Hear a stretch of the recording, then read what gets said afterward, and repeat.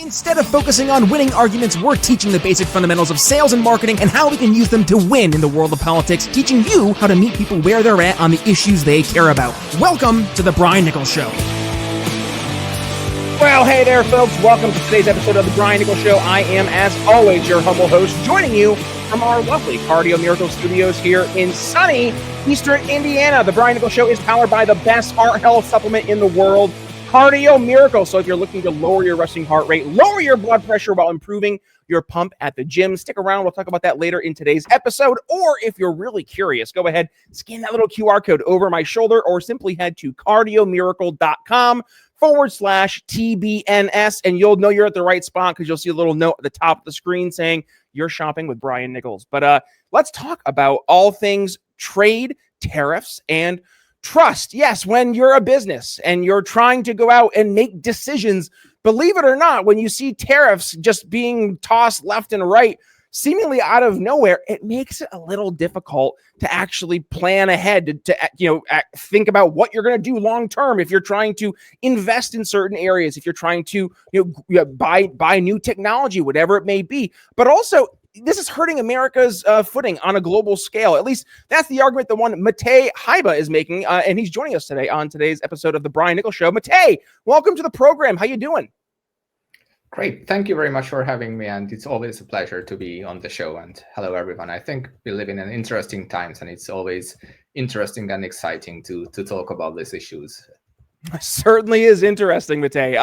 And I'm looking forward to digging into how trade, tariffs, those two things specifically in today's conversation impact trust. And I see this a lot even in my world. I work in the greater software technology space, more in the business communications world. And it's not so much my industry has been hit with anything relating to tariffs, but rather it's my customers, right? If I'm working with a customer in manufacturing, they might not be making an investment in technology right now. Everything might be on hold because they're not sure what the future holds for them in terms of actually like selling their goods and people buying their goods because of the big question mark. And that is, in this case, government policy, which in the government policy, I guess it's really just an edict from Donald Trump, which this is kind of right now up for debate. We're seeing this being looked at by the Supreme Court. Does the executive branch have unilateral tariff decision-making powers here, and should it go back to Congress? Which I know a lot of more federalist or libertarians out there, or even more conservatives, they argue yes, absolutely. Tariffs, in my humble opinion, should only be used as a negotiation tool in the pursuit of free and open trade. But I also understand like it is a weapon, it's a tool in the tool belt. But in my humble opinion, I think in the opinion of many economists, tariffs by their nature just as a standalone are not an objective good thing. But that's at least my kind of perspective as we go into today's conversation, Máté. But do us a favor, before we really jump headfirst into the topic, just kind of give us a little bit more background in terms of what brought you to this conversation around trade, tariffs, and how it's impacting trust. Because I when we were setting up this conversation, you'd mentioned you just visited overseas or rather from overseas here in America, and it really made you start thinking about this. So give us a little bit more of the groundwork. What kind of sparked it on your end? Yeah, so thank you for the opportunity. I work in Hungary as the head of the Free Market Foundation. We are a libertarian-leaning think tank working on various issues. One of them is trade and economics. So Hungary is quite far from the US and seemingly quite unimportant. However, the US is by no means unimportant. I think anywhere in the world, we are living in a very much interconnected, globalized world, whether you like it or not. We are very much interdependent on complex systems. So with Donald Trump's tariffs, I think the whole world was very much in a chaotic uncertainty place, because nobody really knew what's going to happen, what Trump will decide the next morning. And during this era, I had the opportunity to visit the US with a study tour. We've been part of a trade delegation organized by the Friedrich Naumann Foundation, and we had the opportunity to visit many think tanks and organizations, both from the right and from the left. So that was an interesting conversation. And what I've seen is that a lot of people have no idea what's going to happen. There's a lot of uncertainty, and the market certainly doesn't like any uncertain periods of time. So it's going to be interesting on what's happening, all the more so because I think in our world today, trust is gaining importance. Just as another story, a couple of years ago, I think it was 10 years ago, I visited the US and a friend of mine and I took an Uber ride. And at the end of the ride, the driver said that, "Oh, I'm an immigrant from Georgia, the country, and my daughter is having a wedding soon, and I would really like to work hard and help her financially." And so my friend was obviously, the driver was very nice. So my friend went to his wallet. He was quite well off enough to be afford to give a couple of dollars to this guy. But he said, no, I'm not looking for money. I'm looking for a 5-star rating. If you are, as a customer, satisfied enough with the way I was driving you, because if I get a 5-star rating, then probably more I can transport more and more people, and it translates to money. So that was the first eye opener for me, how the whole issue of trust translates to business, and how a lot of people now use trust in order to gain more customers. And with the sharing economy, with the digital economy, it's more and more apparent, because if you go to a restaurant and you don't like it, you can just write a bad review, and it's probably going to affect, because people will see it. And this is just minor cases. Just imagine how a whole country will be affected if people don't trust it, don't trust the predictability of how it will react.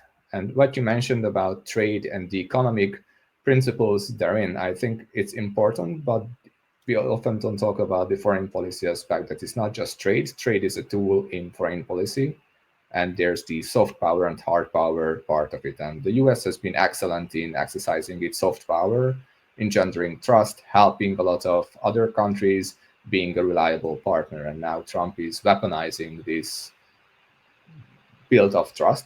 People trusted the US, traded with the US a lot, and now it's being weaponized, saying that if you don't do what I say, then I'm gonna slap a lot of tariffs on you. And that's, I don't think it will. It might work in the short term, that people will go to DC and negotiate a one-on-one term.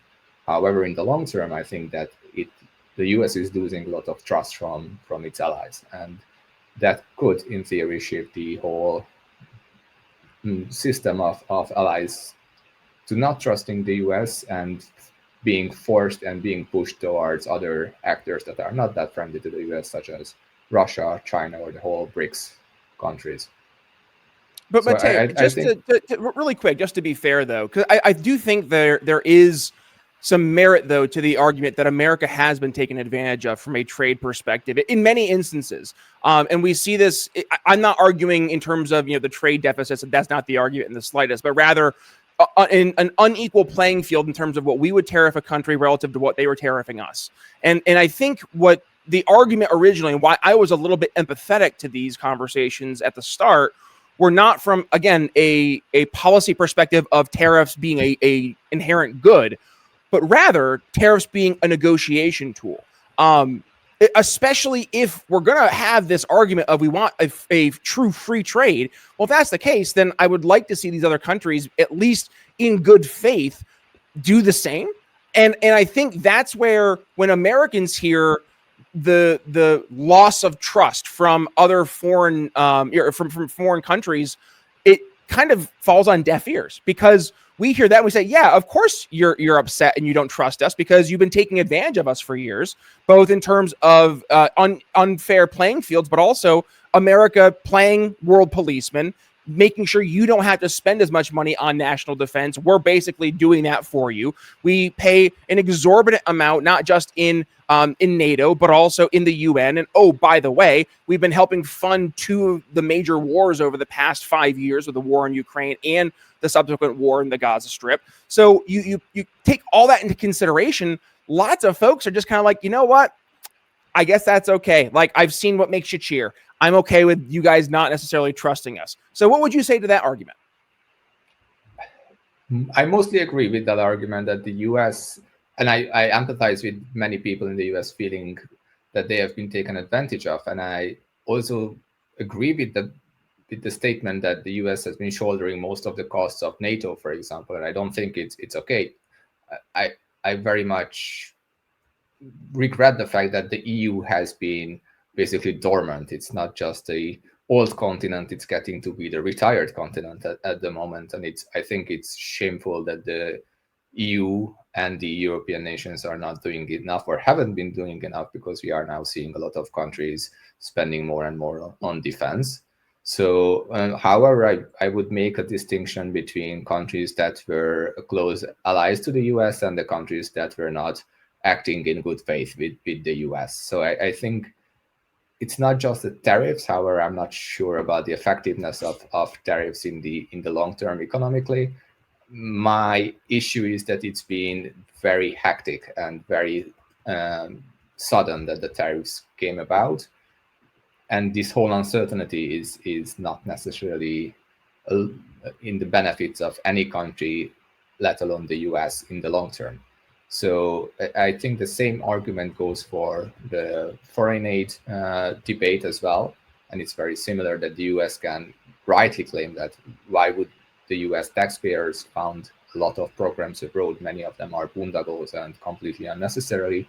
However, cutting it from one day to another is not necessarily a good thing, because of course, the free market argument would be that the market will take care of it. But if the situation shifts so fast that the market has no way to react that quickly, then the market is not going to be able to take care of it. And there will be a big hiatus of things when there are no programs from, for example, trying to tackle viruses and other pandemic going on in Africa, for example. And that's the same with the tariff system, that the threat of tariffs, I think, would have been enough and elongating the whole decision rather than from one day to another, not slapping tariffs on countries, because that created a lot of problems. People will have to sell their stuff because that's their business. And if there's a huge amount of tariffs to the US, then they will have to find another market to buy their goods. So that's why I think Máté, let me really quick, because I don't mean to interrupt. I think it's important to focus on the other side, though, of what the actual argument I think really is being presented here at home. And it is this America first mentality, both in terms of, putting our interests first as Americans, but also trying to stop the being taken advantage of from other countries. So you kind of look at both of those at the same time. I think where America first is really impacting this conversation around inflation or around tariffs is saying, listen, number one, you work out, you lift heavy, you're eating clean, but if you're not seeing better pumps, better endurance, or faster recovery, it's probably because you're missing a critical piece. So your body depends on nitric oxide to help push blood, oxygen, and nutrients into your muscles. And when your NO levels drop off, or if you're not maximizing them, it's like training with the brakes on. Less oxygen, weaker pumps, longer recovery. You're doing the work, but your body simply isn't keeping up. And that's where Cardio Miracle comes in. It's an advanced nitric oxide supplement loaded with L-citrulline, L-arginine, organic beetroot, CoQ10, and no junk. Just pure ingredients that synergistically work to increase blood flow, power your workouts, and accelerate your recovery without stimulants or synthetic BS. So if you want to make sure every set counts, just click the link in the show notes, scan that little QR code over my shoulder, or visit cardiomiracle.com/TBNS to feel the difference. And by the way, when you click that link, your discount will automatically be applied. Just look for Shopping with Brian Nichols at the top of your homepage. One more time, that's cardiomiracle.com/TBNS. And now, let's get back to the show. We don't care anymore. And I know that this isn't like a logical, rational argument. This is a more of an emotional argument we hear, but we don't care anymore. We've spent, since post World War II, the last 70 years, more or less, being the global superpower, and it's impacting us right now as our ability to survive. We've been flooded with literally tens of millions of illegal immigrants over our border over the past 5-year period under a Joe Biden administration, or I guess really 4-year period. So you take that, factor in that it's making it more and more difficult for young folks, especially young Gen Z men, to find jobs or opportunities. And then you factor into the consideration that, and this is where, we're seeing this America First kind of turn into a nationalistic economic focus, right? Where we're saying, let's bring American industries back home and let's use the government to help support these industries. And I'm not in favor of that, but that's what's being promoted. And the argument being said behind the scenes is, well, we've done the exact opposite. We've been spending all of our money on other countries and protecting other folks. So, like, why can't we, at the very minimum, do the same for us? And this is much more of a left, like a more, a left wing perspective on using government to enact social good. So I guess this is where that mentality comes from. And I wanted to add that color for the context, because if it is just, you're looking at it from a graph perspective, right? Or a charts perspective, like graph go up. Okay, that's great. Graph go up. But what does that mean relative to actual, like, long-term success, which I know you were talking about with the tariffs not being, it's not going to necessarily be a great long-term play.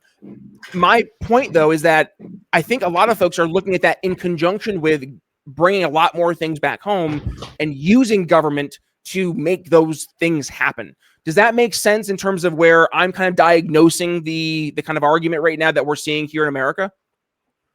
Yes, definitely. And I completely agree with some of the problems. I'm not sure about the solution. So my concerns about tariffs are twofold. For example, first, I don't think it will work out for the citizens of the US.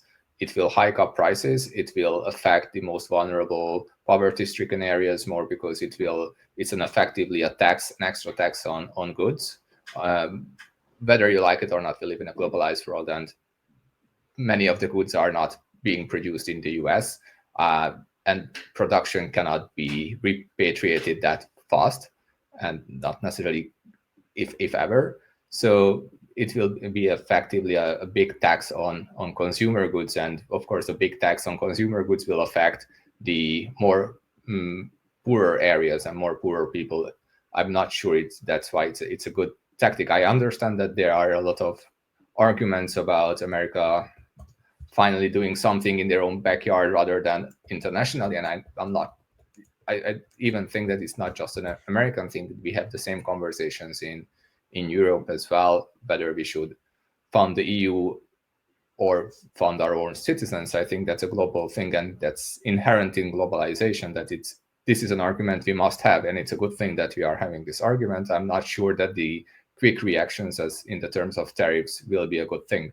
All the more so because you don't really know how to react to this as a foreign country or as a foreign business either, because just imagine that you are used to selling a lot of stuff to the US, and now the prices are so high that it's not worth it anymore. Then you'll have to find another market, and probably not go back to the US, because it's an uncertain market, and you probably don't want to be vulnerable to this huge price increase. Can we pause really quick right there, Máté? Because I just want to look at that specifically. This is where the negotiation piece comes into play, because I think what's being missed is, and I hear you, like, in terms of a long-term play, but the argument there is that, well, the reason that this is a conversation and the reason that the pain is meant to be felt is to enact a policy change, right? Like, that's the weapon. That's the club.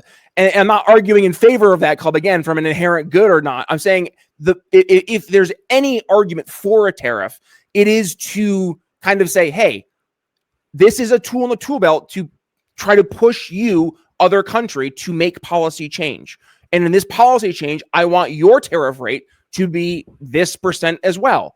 And as you said, the pain is going to be felt more from the actual producer in that country. So now they're going to be feeling the pain, which means that they're going to be wanting, as the seller, to push their elected officials to actually do something to change policy. Do you hear why that right there? That's the argument. I think that from a negotiation tool standpoint, lots of folks would at least say, hey, I might not like the tariffs, but I see what they're trying to be utilized for. Yes, I understand this argument. However, I don't think it would work from this perspective either, because the US taxpayers will also feel the pain of the tariffs, probably more so than the businesses, because the businesses can always restructure and find other markets. Other markets would be happy to take up the excess of experts. For example, China would be happy to find other markets, not or other smaller countries that are more vulnerable. I'm not talking necessarily about China, which is a huge market, but smaller countries who are vulnerable they will find that it's more difficult to trade with the US. They will try to restructure their whole trade lines and find China as the more trustworthy market. And I don't think that China doesn't is that a sound more trustworthy partner. cumbersome? But doesn't that sound more cumbersome than just trying to lobby your politicians to just make a policy change, like going through changing the entire way you do business as an organization versus just saying, hey, President Goofball, why are our tariffs higher than their tariffs? What are we doing here? It would certainly seem so. However, I think that there are not all of the countries in question are democratic enough or free enough to lobby or decision makers. Many countries are very much top down, and China, Russia, and the US are usually trying to compete for influence and attention. If they find it more costly to negotiate with the US, or more because it's not predictable, then they might the decision makers try to find ways to negotiate with China. And I think that's the problem. Also, I think, as I mentioned, there should be a distinction between US allies and other countries that might be more maliciously inclined towards the US. With allies, I think the soft power tool of diplomacy and negotiations before the actual implications and implementation of the tariff should be tried first. And then there are the other countries that are not responding well to soft power, because probably the US doesn't really have that much soft power influence over them. But for example, with European countries, I think it's a better term to negotiate first and try diplomatic and soft power channels than hard power, because there should be a well-established mutual trust already in place, which I think there existed and there still exists, because the two places, I'm not necessarily calling the EU a country, but EU member states as countries and the EU as an organization, and the US has always had good relationships. Now I see this relationship is cracking. So there's a lot really of quick, attack. really quick, Máté, because that right there, like, I guess this is how I view it as a business guy. It's like here's a scenario, right? You're a business owner, and in 2012, you opened your first location. It was your headquarters, and you started out as just one location, and maybe you bought your internet. Let's say it was like a gig for, I don't know, like 2012, a gig internet. That'd probably be like, close to what, $7,000 a month, somewhere in there, right? You'd be spending, and you needed it, right? And then fast forward to 2025, and you're still spending that exact same amount. So you're like, wait, hold on. Is that a fair price? And you go and you look and you're like, oh my gosh, I am overspending by like insane amounts of money. I've been getting fleeced. And right there, you're like, oh my gosh, I need to renegotiate this. And you go to your vendor and you're like, hey, we need to fix this. This is bad. And they're like, this is what we've had in place for years. This is what you've always done. It's fine. And they're like, well, but now we don't trust you as a customer. It's like, well, it's because I've been getting screwed over for 10 years and I had no idea. Well, in this case, it feels like America's been getting screwed over for a very long time. And I think what you're talking about in terms of the lack of trust, a lot of Americans are like, yeah, we don't trust you because you've been like fleecing us. And now you're the one acting like all shocked that America is now responding. I think that's the vibe. Yeah, but trust works both ways. So that's an interesting point that you raised, that it's how countries trust the US, but how the US can trust other countries. And I think that's an interesting point because it's not discussed a lot. I think the current situation, however you think of this from an economic perspective, or whether it's fair or not, the current trade balances, I think the trust issue is currently not in a good shape. So there's a growing mutual lack of trust, I think, within all the countries, and that could be a threat to our global system of alliance. I'm not necessarily saying globalization itself. I know it's a charged word and a lot of people don't like it. However, we have a set of system of alliances. The US has a lot of friends globally. It can turn to it. They will help the US. They also seek the US for help and assistance, and it's a interconnected trust system. And I think it's more fragile at the moment, and tariffs definitely had something to do with it. And I'm but not saying that respectfully, it's but and respectfully, Matej, but that right there, like that just feels like it's an appeal to the status quo. Like, well, this is how it's always been. Like America's just kind of, we've always been there. We've always done X, Y, and Z. And it's like, it just feels like the American people are like, we don't want that to be the status quo anymore. It's like we're trying to move forward, and it's like you break up with a girlfriend and you're trying to move forward, and she just keeps on trying to call you back, right? Like she's calling your number, texting you. Like that's what America feels like. We're trying to move forward, and it just is this appeal to, well, don't you remember how it used to be? This is how it's always been. Why are you moving forward? Why are you doing things different? Why are you trying to take care of yourself? Why are you going to the gym and getting healthier? Why are you doing X, Y, and Z? Like America, it's a silly analogy, but like it feels like America's trying to get healthier, like on a global stage. And there's just this appeal back to, well, but this is how the system has been. This is how it's always been. This is the status quo. Oh, I'm not talking about the status quo. I think it should be, as I mentioned, I don't like the way the EU is not shouldering enough of the military cost of NATO, for example. I'm not talking about the status quo, which I also agree that it should change. I'm more focusing on how it should, through what vehicle it should change. And I see tariffs as an aggressive way rather than a more stable and calm conversation, and that it's a carrot and the stick, and we are seeing the stick more than the carrot. And I think that the carrot works better for certain countries. I'm not saying that, of course, you should just sit down and talk, because I'm not sure that you can negotiate with all the countries. There will be countries that will sit down and negotiate with you and do the exact opposite what you agreed, and that's obviously happens. So I'm not saying that Trump should sit down and talk and smile and give a lot of promises, because it won't work globally. I think that there are countries, however, where the diplomatic way and the positive way of giving carrots as well, while there's a threat of a stick, that smart power is more effective than just having an uncertainty. The market doesn't really like uncertainty. I don't think it will help any countries in the long term to have a lot of uncertainty in the market. It's very difficult as a business, as a politician, as basically all actors to navigate these uncertain times. I'm not sure even Trump knows what he will do in the next couple of weeks.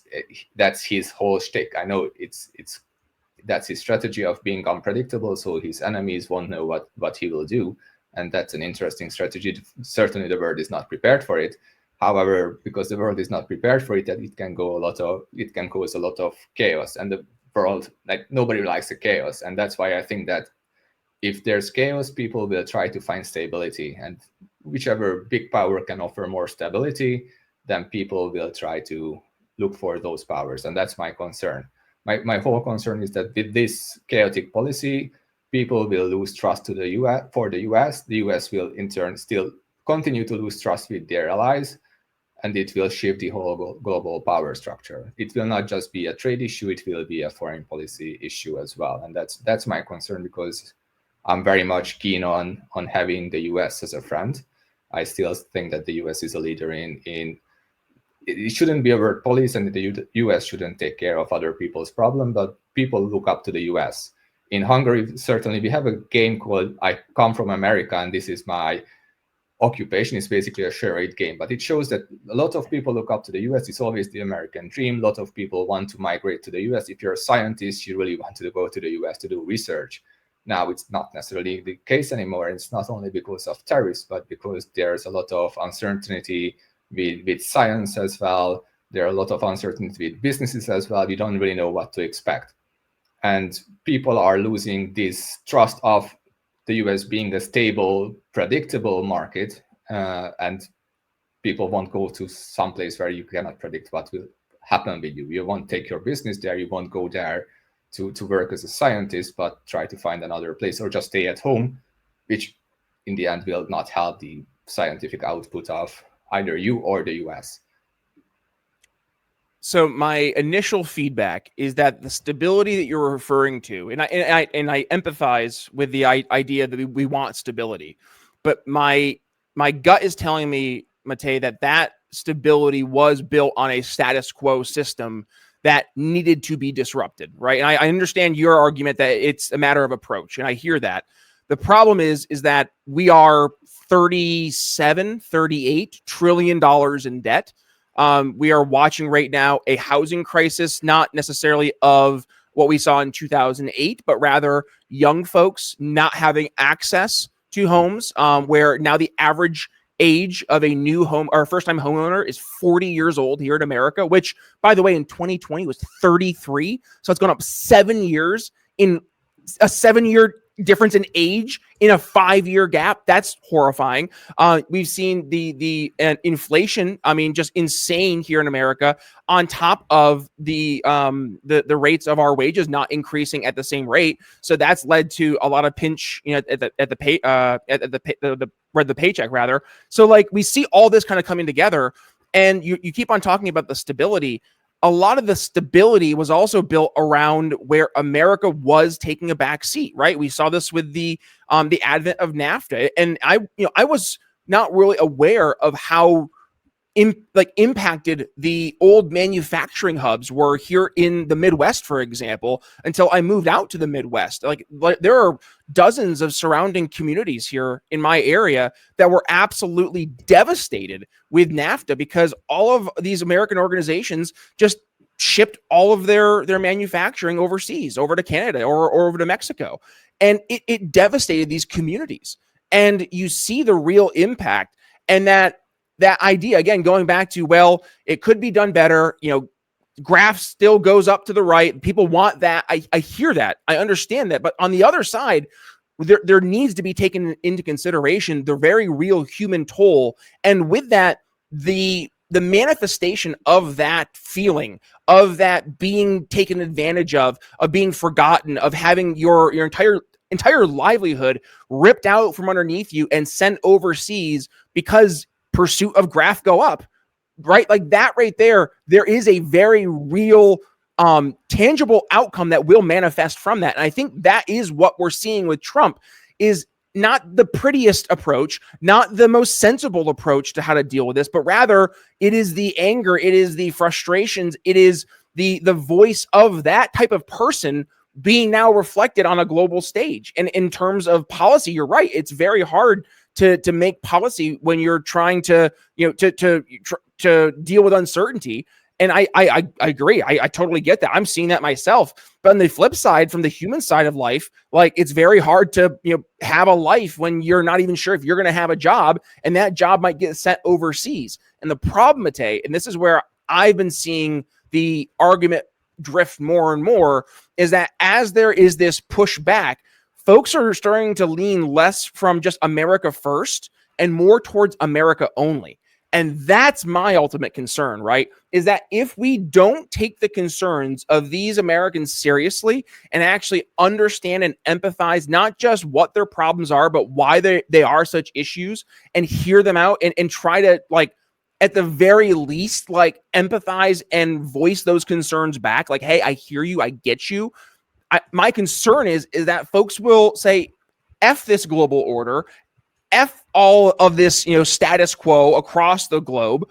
We only want America only. And by the way, just elephant in the room, there is a young voice like a Nick Fuentes out there who he is gravitating, or he's attracting rather, like millions of young men fans. And I mean, he is, I think, one of the top 2 or 3 podcasts in America for the political right. And that is it's a sentiment that a lot of his fans, his audience, are going to be echoing back, and they're getting mobilized. They're getting active in politics. It's only a matter of time, Máté, before that voice becomes policy. And when that becomes policy, I mean, I think the worst case scenarios that you're talking about will be manifested. I think that's going to be as a result of not taking this concern seriously, or at the very least trying to address them in a serious manner. Does that make sense? Yes, and I definitely agree that it's been a dire problem in the politics of not just the US. As I'm sitting here in Hungary, and I really don't want to tell people in the US how to live their lives, but it's here as well that there will be a lot of people who feel ostracized, not being taken care of by politicians. They feel like the losers of the globalized system and all the international big corporations or international deals between politicians, and not a lot of politicians manage to address these issues. There's usually the image of politicians that they will be in their suits, going on in their cars, fancy cars, in their drivers, in big cities, going to luxury restaurants, and not go to smaller places where people really struggle. And I think that that's what Trump was masterful in, that he managed to address these people. He gave them hope. He gave them the chance to talk their and listen to their problems. And my problem is that the solutions which he provides are going to hurt these people the most, as tariffs are, as I mentioned, basically a tax on these people. And it's not just Trump. We have seen it in the New York mayoral elections, that a lot of people responded to the emergence of Trump as the polar opposite, and the world's largest and most capitalistic city managed to elect a socialist-leaning mayor. So we are seeing extremities in the political spectrum, and they are unfortunately the people who are the best at talking to these people you mentioned, who feel ostracized and who are feeling left out from these uptrend in charts, and they don't care about charts, and people really shouldn't care about charts. It's only and to be fair, the voters for Mandami were predominantly young white women. That was like the predominant voting base for him, and a lot of foreign folks as well. So just to take that against, and also New York City is like a hyper progressive city at this point, especially in a post-COVID, post-Joe Biden America. I mean, I know millions of folks have moved out of the Northeast over the past 5 years because of the policies. So the voting base has inherently turned much more left-leaning because just proportionally they are a larger demographic now for the voting base, number one. But number two, New York City is not the New York City of 2019, nor the one of 2009, nor the one of 1999, right? Like, it is a completely different city, especially in terms of its makeup. It is, I think it's borderline, it's like on the borderline between native New Yorker and now foreign New Yorker. And that's eye-opening for sure, but I think it does speak to what just happened here on election day. But I'll let you continue. Sorry. Sure. No, I don't say that it's the same demographics that would vote for Trump who voted for Madani. I'm saying that it's people who felt as victims of a certain system. And if you're a small business owner with a handful of team members, but a big vision, I'm talking maybe 3, 5, maybe 10 folks tops, most phone vendors will either ignore you or try to upsell you into something bloated and expensive. Yeah, been there. But level 365, they get it. No minimum seats, no pressure to scale before you're ready. Just simple, powerful phone tools built to grow when you do. And yeah, it's still month to month, so no worries about getting locked into something that doesn't fit you next month. It's not about company size, it's about finding the right fit. That's what Level 365 nails. In case of Trump, as you mentioned, there's not a lot of people who have lost their jobs, for example, for production being taken elsewhere. And it's a difficult issue because there will be problems like that with the AI revolution. Again, people might look for a lot of problems in losing their jobs. However, I think it was up to politicians that they need to address these problems and they need to talk to these people. And that didn't really happen in a lot of cases. There were a lot of elitism going on in politics. In all politics, it's not just right wing, left wing, whichever side. I think that people mistrusted, as we can circle back to the issue of trust here, mistrusted the system itself, mistrusted the politicians, and whoever came in just to talk to them, they would be more trust, even if they don't provide the best solutions. They are the only ones who address these problems.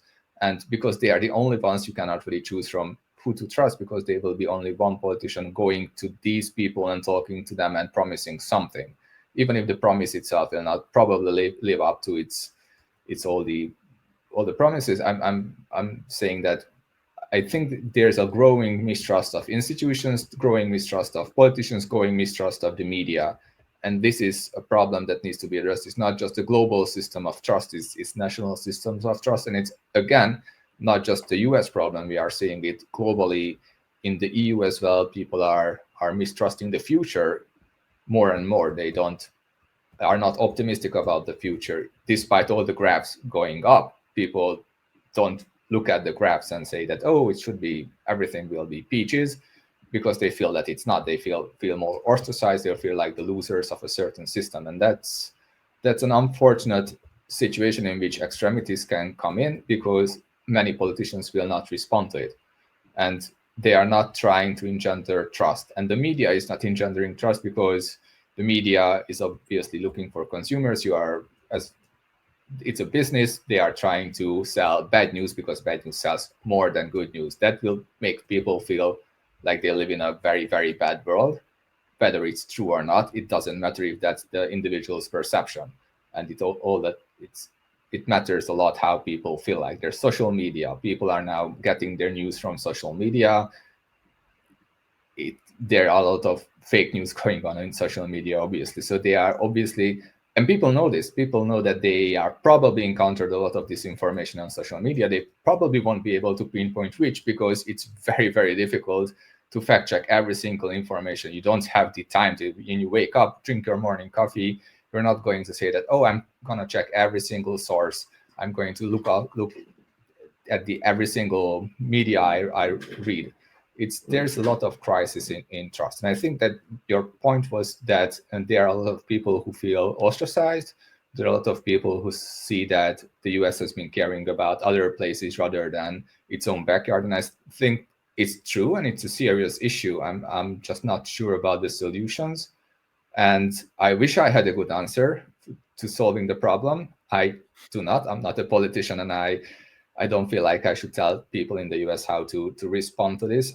I'm saying that trust and engendering trust should be a primary focus, because otherwise extremities, and I'm not calling Trump extreme, but there will be more extremities coming to take advantage of people who grow to mistrust the system. Because now that Trump is promising these people a lot of good things to come, and if he fails to deliver, that will further create a problem of trust. However, then another demographic will grow to mistrust the whole system. And that's where I use the example of New York, that the whole Trump is now catering to other areas and not caring about all the demographics that now voted for Melania in New York. And that's, again, an issue of trust. And it's very difficult now, because it's much more worth it for politicians in the short term to find the people who would be the easiest voter base, but that will again create a lot of distrust for people. And I think that's the problem, that we are creating parallel realities. We are creating echo chambers, and all these realities will come to mistrust each other, and that in the end will not work well. It will create a lot of differences in society. It will create a lot of mistrust in trade, and that would obviously hinder the global economy as well. So I think I'm not talking about good solutions and bad solutions. I'm talking about the importance of using trust and engendering trust as a way of solving problems and factoring in the issue of trust. And I completely agree that there are a lot of people who feel like the US and they themselves has been taken advantage of, whether it's true or not.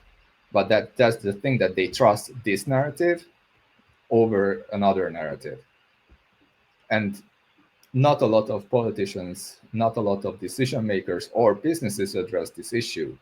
And with big businesses as well, it's very difficult to say that, okay, they are going to take back production to the US, because many of the big businesses work over the world. Just see Apple, for example. They won't just bring their factories back to the US, or steel production, again, is another issue where probably it would cost much more to bring back steel production to the US than importing steel. It's all the trust in promises that it will be all the better. And I don't think it will, but it will, if it doesn't, it will again create a lot of trust, and thereby there will be a lot more people who feel mistrustful for the whole system, for the politicians, and a lot of more countries internationally who will mistrust the US. So, Máté, I'll bring us home here with my final thoughts, and then I'll turn it over to you to make sure you do your plugs and stuff for social media. But you're right. I mean, trust is huge, but I think we do need to go back to at least 5 years ago when trust was inherently broken on a global scale with what happened with the COVID pandemic, right? And extrapolate that even further here in America, where there is a mistrust of our own elected officials who maybe have they have secondary interests based on who is lobbying their piggy bank at any given moment. There is a mistrust in the bureaucracies here in America, both in terms of our national intelligence, such as the CIA, the FBI, the NSA, but also in our public health institutions like the EPA, the FDA, the CDC. And a lot of those mistrusts in the public health world were manifested from COVID, saying, "Oh, well, if you get your shot, then you're not going to get anybody else sick. And by the way, you're entirely safe." Well, that's not necessarily true. You might not, be 100% immune. And oh, by the way, you might actually still be able to spread it. Oops, now you need the other shot. Oops, now you need your booster. Oops, now you need boosters indefinitely. Oh, by the way, you need a mask. You need to make sure you're 6 feet from everybody else. You need to make sure that you're wearing a mask outside, even though that's not a threat to anything. And oh, at the same point in time, the Black Lives Matter protests, which were happening at the exact same time in that summer, even though those are way more big in mass versus just like a casual outdoor gathering, we're going to allow that because that's fighting social justice. And you saw that coupled with the insane approach towards health, with that kids can transition their gender, and then being forced to bow down to this idea that biological men can become women and then compete against women. Like, all of this. And then you look at the foreign policy perspective of, we've been in how many countless wars, spending trillions of dollars overseas for what? Like, what positive, tangible outcomes besides the status quo, which is what has yielded where we are today. And I put all that out there, Máté, to say, I think you're right. Like, trust does go both ways. And while the global perspective looking at America is, well, we don't trust you guys, the perspective of the average American looking at our government is, we don't trust you guys because you don't put American interests first. You're putting other countries' interests first, whether that's because you're being lobbied or because you're adhering to this perspective of, again, graph go up to the right? And that is where I think there is this kind of butting of heads. Because your average person here in America, I think both on the left and the right, candidly, don't trust the government. And I think more and more folks are waking up to not trusting the government. We saw just in the past year or so the promises of Trump versus the actual outcomes of Trump.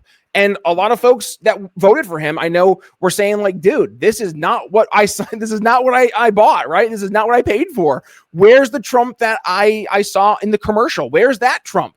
And this is where, I'm a little nervous for what happens next, because if it's always that Americans need to, look at themselves and change their behavior, it's just going to breed animosity. Like, more and more Americans, instead of just being like, hey, we're going to try to make this more of a fair playing field.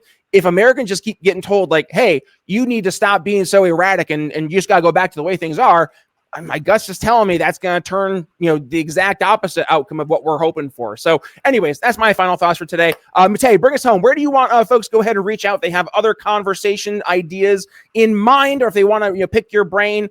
Please let us know. Social medias, all that and more. Thank you very much. And it was definitely an interesting conversation. And I don't really have a lot of social media stuff. It's an issue of trust again. I have Facebook. In Hungary, we don't really use X anymore or at all. So the best way to find me, the penetration is like less than 10%. So it's not really a big thing in Hungary. It's Facebook mostly. Okay. So I had no idea. So where's that? You can find me on Facebook, and I wish I knew my handle by heart. But I don't really use social media that much. It's a trust issue, and you can reach out to me via email, and I would be happy to provide an email address if that sounds good. My email address is my name. It's hajba.mate@gmail.com. Perfect. All right, folks. Well, if you want to go ahead and reach out to Máté, go ahead and do so. Email there will be included in the show notes. Also, if you want to go ahead and let us know your thoughts from today's conversation, head down below into the comments. Please let us know who had the perspective you most agreed with. Why is that? And where do we find some common ground? That's always the goal here of the show, to find some common ground. And I think that is the answer: trust, right? Trust works both ways. And it's important to find common ground and to find mutual areas of mutual wins, right? So yeah, I think across the board, really fun conversation. Folks, if you got some value from today's conversation, go ahead and give it a share when you do tag yours truly at B Nichols Liberty. You can find me on X, Facebook, and Instagram. As for the Brian Nichols Show, you can find us on all your favorite video platforms like YouTube, Rumble, X, and Facebook. Also, we have the video now airing over on Spotify, which I thought was pretty darn cool. As for the audio version of the show, you can find it on all your favorite podcast platforms like Apple Podcasts, Spotify, YouTube Music, Apple Podcasts, Podcast Addicts, wherever it is you get your podcasts. Just go ahead and search for the Brian Nichols Show on all platforms. Hit that subscribe button, and of course, hit that little notification bell, because every Monday, Thursday, and Friday nights we air our show at 9 p.m. Eastern. Except, I'm sorry, today's episode is airing on Saturday at 9 p.m. Eastern, because I was literally just gone all week. I was in Phoenix for a conference, and I didn't have time to record another show. So, you get a show today on Saturday. With that being said, folks, one final ask: if you want to support the show, go ahead and give us a one-time donation over at briannicholsshow.com. Or if you want to support the show, you can also support the show by supporting the folks who support us, and that is our phenomenal sponsors like Cardio Miracle, or other folks like Blood of Tyrants Wine. We have our Liquid Freedom Energy Tea, great replacement for those energy drinks, Evil's CBD, and more. All can be found at briannicholsshow.com/sponsors. Máté, any final words for the audience as we say goodbye today? I just first want to thank you for the opportunity, and it's always a pleasure to be on the show, and keep up the good work, because we need trustworthy media channels and podcasts to do, and your show is definitely one to trust. Thanks, Máté. I appreciate that. Well, folks, again, thank you for joining us on today's episode of the Brian Nichols Show. With that being said, Brian Nichols signing off here for Máté Hajba. We'll see you next time. Thanks for listening to the Brian Nichols Show. Find more episodes at briannicholsshow.com.